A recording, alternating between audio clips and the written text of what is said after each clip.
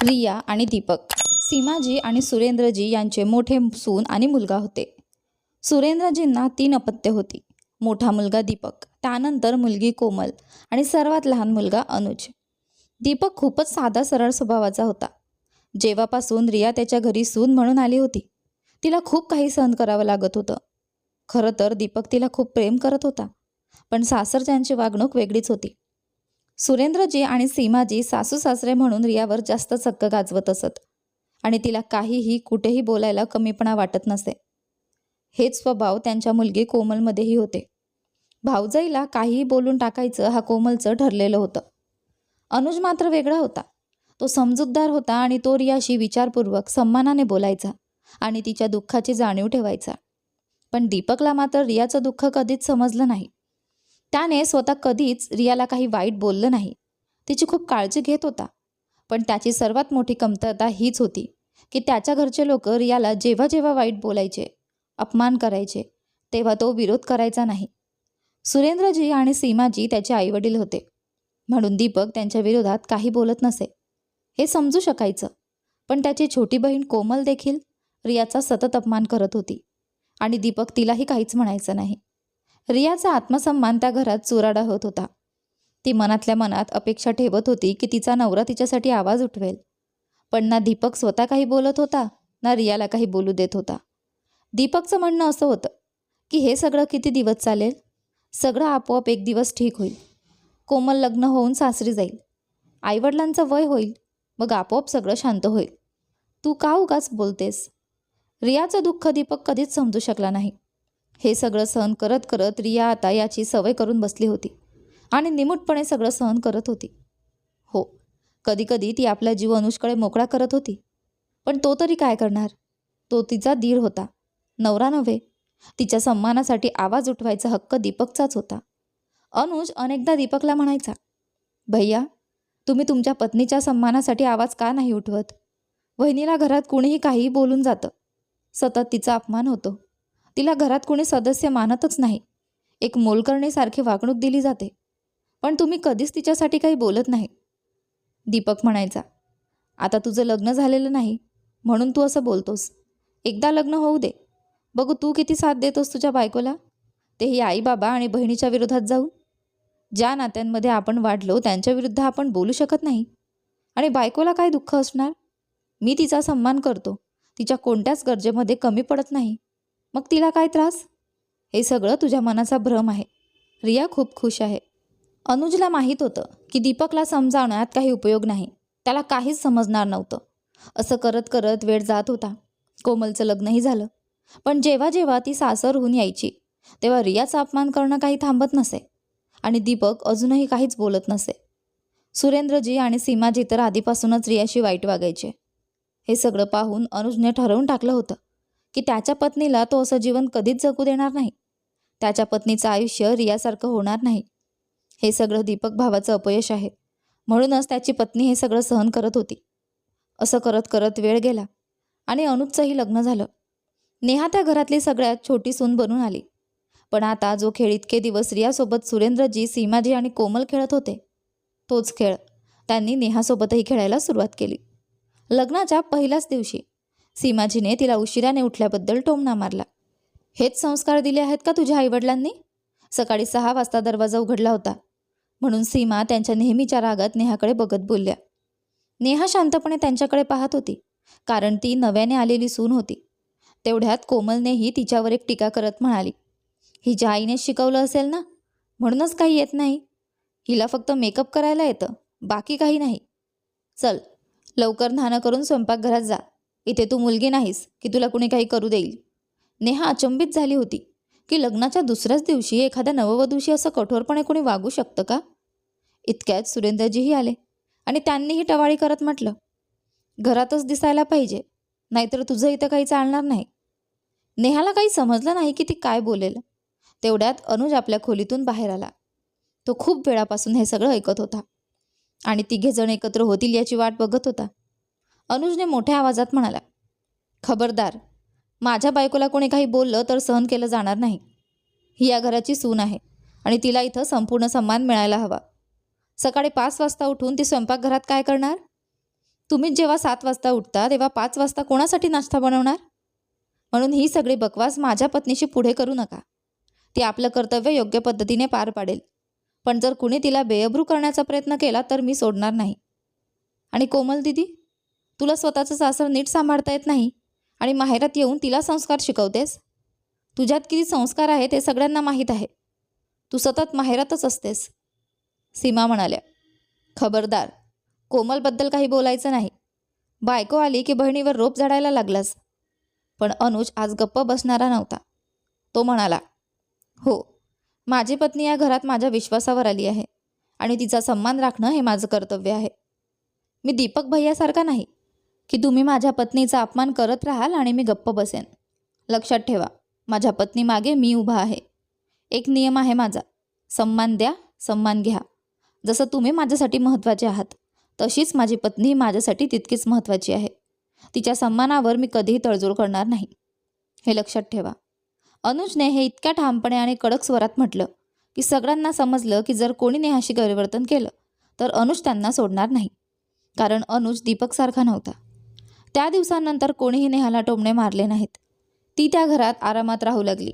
पण तिला दिसायचं की रियाला अजूनही त्या घरात कुणी सन्मान देत नाही.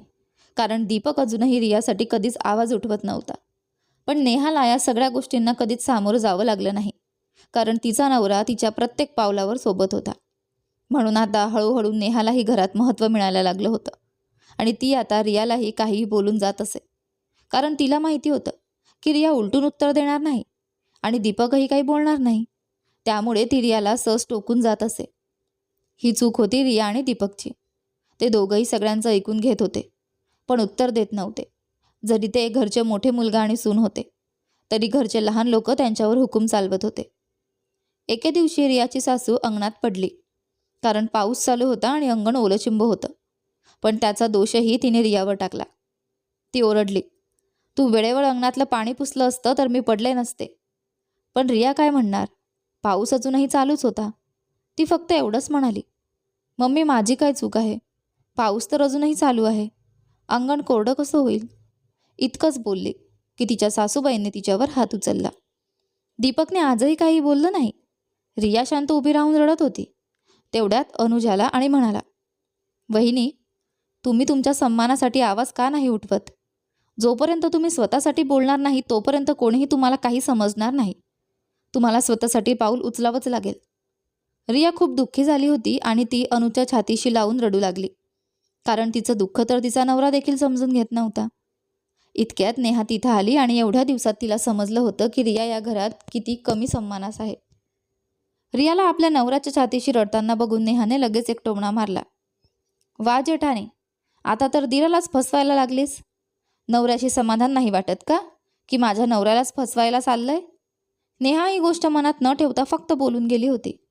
तिला माहीत होतं की हे खरं नाही. पण एवढ्या दिवसात तिला रियाला टोचून बोलण्याची सवय लागली होती. म्हणूनच ती तिला दुखावण्यासाठी असं बोलली. पण आज नेहाचं बोलणं तिच्यावरच उलटं पडलं. आज दीपकचा आत्मसन्मान जागा झाला. त्याला वाटलं की त्याच्या अस्तित्वात असताना त्याच्या सीतेसारख्या पत्नीवर असा आरोप कोण लावू शकतो? दीपक जोरात ओरडला, खबरदार, जो तू रियाबद्दल एकही चुकीचा शब्द उच्चारलास. अनुजलाही नेहाचं बोलणं खूपच खराब वाटलं. पण त्याने दीपककडे बघून फक्त एवढंच म्हटलं, भाऊ, खबरदार जो माझ्या पत्नीशी अशा आवाजात बोललात. मी कुणालाही माझ्या पत्नीशी उगाचच उंच आवाजात बोलायची परवानगी दिली नाही. इतकं सगळं ऐकून नेहा देखील चिडली आणि म्हणाली, आपल्या घरात तुम्हीच सगळ्यांना परवानगी दिली आहे की माझ्या पत्नीला काहीही बोलावं. ही तुमची कमकुवत बाजू आहे ज्याचा सगळे फायदा घेतात. आणि आता माझी नवखी पत्नीही त्याचा फायदा घेत आहे. अनुज म्हणाला, भाऊ, मला माहीत आहे की माझ्या पत्नीने चुकीचं बोललं आहे आणि मी तिला तिच्या चुकीची जाणीव करून देईन. तिच्या वतीने मी माफी मागतो. पण तिच्यावर बोलण्याचा अधिकार मी तुम्हाला देऊ शकत नाही. एक गोष्ट स्पष्ट करतो, इथे माझ्या पत्नीपेक्षा मोठी चूक तुमची आहे. तुम्हीच घरात सगळ्यांना एवढी मोकळीक दिलीत की कुणीही वहिनीला काहीही बोलतो आणि तुम्ही कधीच त्याचा प्रतिकार करत नाही. म्हणून आज नेहाचं धाडस एवढं वाढलं की तिने एवढा मोठा आरोप रियावर केला. जर नेहाने वहिनीला काहीतरी चुकीचं बोललं असेल तर वहिनीनेही तिला उत्तर द्यायला हवं होतं. पण तुम्ही ना कधी स्वतः आवाज उठवला ना वहिनीला उठवू दिला. हीच तुमच्या जीवनातील सर्वात मोठी चूक आहे. आत्ता ही वेळ आहे. सुधारा स्वतःला, नाहीतर तुमचं आयुष्य नरकासमान होईल.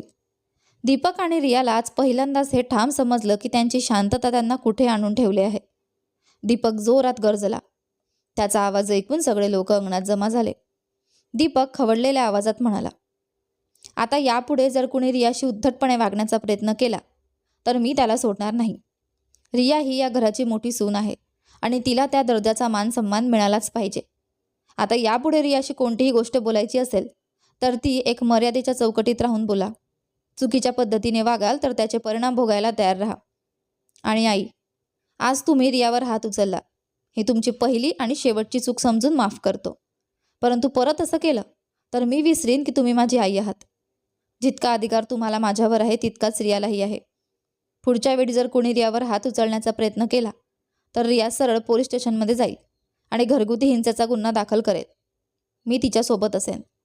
पुढच्या वेळी रियाशी कोणीच उगाचच उंच आवाजात बोलण्याचा प्रयत्न केला तर परिणाम गंभीर असतील.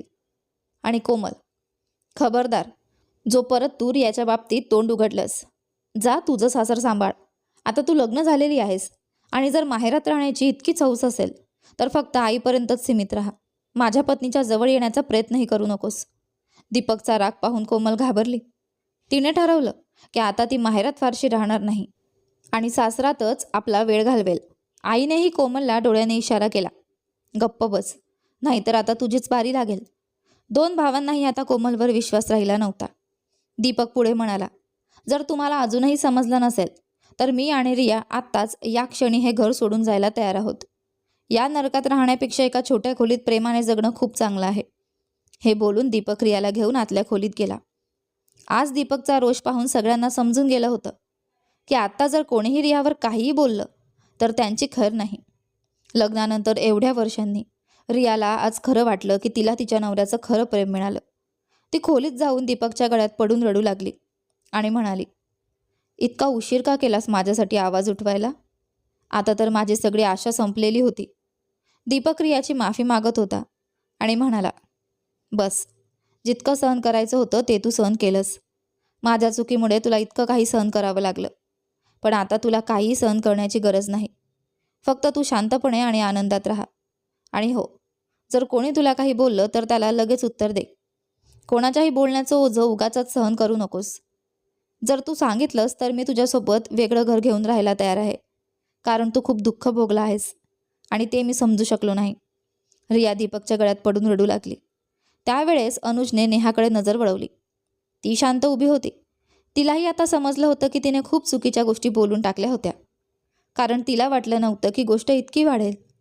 तिला असंच वाटलं होतं की नेहमीसारखं टोमणा मारून ती निघून जाईल. अनुजने रागाने नेहाकडे पाहिलं आणि म्हणाला, तू जे काही केलं आहेस त्याचा हिशोब तुला द्यावा लागेल. माझ्या आणि वहिनीबद्दल तुझी बोलायची हिंमतच कशी झाली? नेहा घाबरून गेली. अनुजाचा राग पाहून तिने स्वतःचं समर्थन करत म्हटलं, अरे तू इतका राग का करतो आहेस? मी तुला काही बोलले का? मी फक्त वहिनीला एक टोमणा मारला इतकंच. यात इतका राग करण्यासारखं काय आहे? आणि वहिनीला टोमणा मारला तर त्याच्या बदली भैया रागावले आहेत. मग तू का इतका चिडतोस? अनुज म्हणाला, पाहिलंस का नेहा, तू जे काही बोलली आहेस ते फक्त वहिनीच्या चारित्र्यावर नाही तर माझ्याही चारित्र्यावर शंका घेणं आहे. काय जर माझ्या आणि वहिनीच्या दरम्यान काही चुकीचं असतं तर फक्त वहिनीलाच दोष लागला असता का? माझं चारित्र्य स्वच्छ राहिलं असतं का? जेव्हा एखादी बाई दुसऱ्या बाईवर अशी शंका घेत टोमणे मारते तेव्हा ती फक्त तिच्यावर नाही तर तिच्या नवऱ्याच्या चारित्र्यावरही शंका घेते. तू या घरात आलीस त्या क्षणापासून मी प्रत्येक पावलावर तुझ्यासोबत उभा होतो. कुणी तुझ्यावर बोट दाखवलं का? नाही ना, कारण सगळ्यांना माहिती आहे की त्यांना मला सामोरं जावं लागेल. तू एक सुसंस्कारित आणि चारित्र्यवान स्त्री आहेस, पण आज तू माझ्यावरच शंका टाकलीस. वहिनीला तू जे बोलली आहेस ते वहिनी आणि भैयांचा प्रश्न आहे. त्यांचं नातं पतीपत्नीचं आहे, पण तू आपल्या पतीवरच शंका घेतलीस आणि यासाठी मी तुला कधीही माफ करणार नाही. नेहाला समजत नव्हतं की तिने काय बोलून टाकलं आणि त्याचे इतके गंभीर परिणाम होतील. तिचे शब्द इतके मोठे होतील हे तिला कळलंच नाही. अनुजच्या मनाला ती किती खोल ठेच देईल हे तिला अजिबात वाटलं नव्हतं. पण अनुजचं शेवटी हेच म्हणणं होतं, चारित्र्यवान फक्त बाई नसते तर तो पुरुषही असतो, ज्याच्यामुळे त्या गोष्टी जन्म घेतात. तू वहिनीबद्दल बोलून मला चारित्र्यहीन ठरवलंस. भले जगाच्या नजरेत तू माझी पत्नी आहेस आणि मी तुला पत्नी म्हणून समाजात सन्मान देईन, पण या घराच्या चार भिंतींच्या आत तू आज तुझं माझ्या मनातलं सगळं स्थान गमावून बसली आहेस.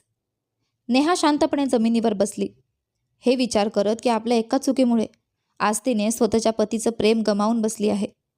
पण ती संध्याकाळ फक्त रडण्याची नव्हती, तर जागृत होण्याची होती. दीपकला उशिरा का होईना, पण आपल्या पत्नीच्या वेदना समजल्या. रियाला वाटलं की जणू तिचं आत्तापर्यंतचं सगळं सहन करणं आज अर्थप्राप्त झालं. आणि अनुजनेही स्पष्टपणे सांगितलं की नात्यांमध्ये आदर आणि विश्वास किती महत्त्वाचे असतात. नेहानेही आज शिकली की तोंडून निघालेल्या शब्दांचं वजन फार असतं आणि त्या शब्दांनी आपण आपल्याच आयुष्याची शांतता हिरावून घेऊ शकतो. या दिवशी सर्वांनी आपापल्या चुका कबूल केल्या, पण सर्वात महत्त्वाचं म्हणजे त्यांनी त्यातून शिकण्याची तयारी दर्शवली. कधीकधी नात्यांची खरी कसोटी एखाद्या मोठ्या वादातूनच होते, पण जिथे प्रेम, समजूतदारी आणि माफी आहे तिथे नातं टिकतं, फुलतं आणि अधिक मजबूत होतं. शिकवण: शब्द जपून वापरा. ते नातं जोडूही शकतात आणि तोडूही. आदर आणि आवाज हे दोन्ही नात्यात हक्काने असावेत, पण दोघांचाही वापर योग्य वेळी आणि योग्य मर्यादेत व्हावा. तर आशा आहे की तुम्हाला ही छोटीशी कथा आवडली असेल. तुम्हाला ही कथा कशी वाटली कमेंट करून नक्की सांगा. आवडली असेल तर व्हिडिओला लाईक करा, जास्तीत जास्त शेअर करा. चॅनलवर नवीन असाल तर सबस्क्राईब करा आणि हो, नोटिफिकेशन बेल नक्की दाबा, जेणेकरून येणाऱ्या पुढील व्हिडिओची अपडेट तुम्हाला सर्वात आधी मिळेल. धन्यवाद.